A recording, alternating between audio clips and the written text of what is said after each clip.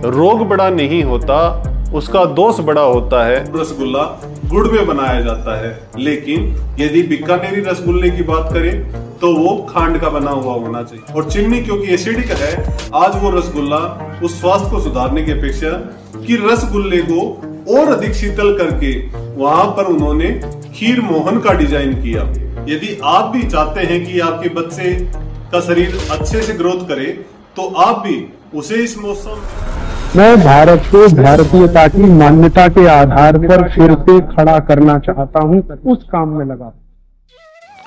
नमस्कार, श्री हरिनारायण गोधाम की इस पावन धरा पर हम आपका पुनः स्वागत करते हैं। बदलते हुए समय व मैकॉले शिक्षा नीति ने आज हमारे मानस को, हमारी सोच को इतना विकृत कर दिया है कि हम सही गलत का ठीक से चयन नहीं कर पा रहे हैं। हम आज विचार करते हैं किसी रोग को लेकर के कि देखिए ये रोग कितना बड़ा है, जबकि रोग बड़ा नहीं होता, उसका दोष बड़ा होता है। आप देखेंगे कि अलग अलग लोगों में अलग अलग तरीके के त्वचा रोग आते हैं, लेकिन वो सारे त्वचा रोग एक जैसे नहीं हैं, उनकी एक जैसी औषधि नहीं हो सकती। इसी तरीके से अलग अलग तरीके के जवर आते हैं, उन जवरों की भी अलग अलग चिकित्सा होती है। अलग अलग मौसम में अलग अलग चीज़ें और अलग अलग तरीके से हमारे शरीर को प्रभावित करती हैं। तो क्षेत्र विशेष और ऋतु विशेष के अनुसार शरीर में अलग अलग दोष बिगड़ते हैं। इस बात को हमारे बुजुर्ग भली भांति जानते थे कि उन्हें किस तरीके की जलवायु में किस तरीके का पकवान सेवन करना चाहिए। इसलिए उन्होंने आयुर्वेद की समझ के साथ वहां पर अलग अलग तरीके के पकवान डिजाइन किए। इसलिए आप देखेंगे कि भारत के अंदर जम्मू कश्मीर में अलग तरीके के पकवान लोग सेवन करते हैं, दक्षिण भारत में अलग तरीके के करते हैं, मध्य भारत में अलग तरीके के करते हैं, राजस्थान या गुजरात में अलग तरीके के पकवान हमें पूरे भारत में अलग अलग जलवायु के अनुसार देखने में आते हैं। जबकि आज हम इस भोजन के सुंदर विज्ञान को भुला करके आधुनिकता की चकाचौंध में इस प्रकार अपनी मानसिकता को कुपित कर चुके हैं कि आज हम कुछ बर्गर पिज्जा जैसे उत्पादों पर आकर के अटक गए हैं, जिन्हें हम 12 महीने सेवन करने लगे हैं, जिनके अंदर ना तो जलवायु विशेष के अनुसार कोई समझ है और ना ही उनके अंदर हमें निरोगी रखने की कोई विशेष क्षमता है। जिसके फलस्वरूप आज हम देख रहे हैं कि समाज के अंदर किसी भी व्यक्ति का निरोगी रहना बड़ा ही दुर्लभ हो गया है। यदि आप इसको एक सुंदर उदाहरण के साथ समझना चाहें, जो रसगुल्ला है, रसगुल्ला हम दो जगह का फेमस मानते हैं कि एक राजस्थान बीकानेरी रसगुल्ला और एक पश्चिम बंगाल का। पश्चिम बंगाल का एक क्षेत्र जो कुछ ठंडा है और वहां पर शीत हवाएं, ठंडी हवाएं चलती हैं, तो वहां पर वो रसगुल्ला गुड़ में बनाया जाता है क्योंकि शीत हवाएं चल रही, ठंडी हवाएं चल रही। लेकिन यदि बीकानेरी रसगुल्ले की बात करें तो वो खांड का बना हुआ होना चाहिए। लेकिन बदलते हुए समय ने आज हमें खांड और मिश्री से दूर ला करके और चीनी का सेवन करने पर विवश कर दिया है।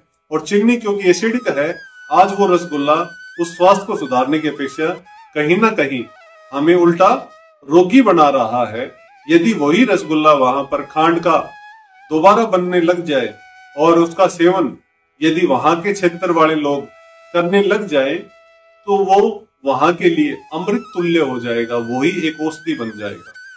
इसी तरीके से जब अब भाद्र माह चल रहा है, तो भाद्र माह का जो मौसम है, वो मौसम जिस क्षेत्र में विशेषता अधिक लंबा चलता है, वो क्षेत्र वृंदावन मथुरा के आसपास का जो क्षेत्र है वो केंद्र है।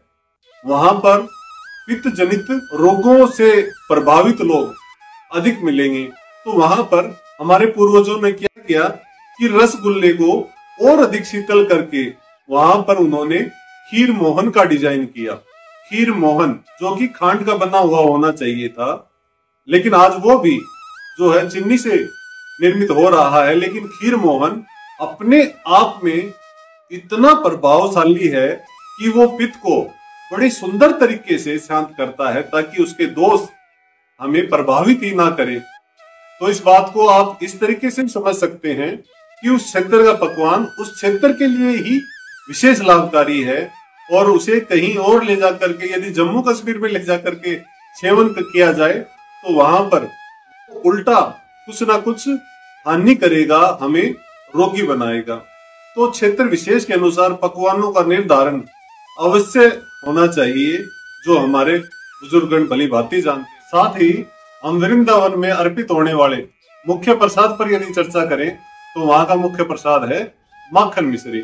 माखन मिश्री का प्रसाद, क्योंकि मिश्री अपने सौम्य गुण के कारण पित्त को शांत कर देती है और जो माखन है वो शरीर को नया बल, नई ऊर्जा देता है।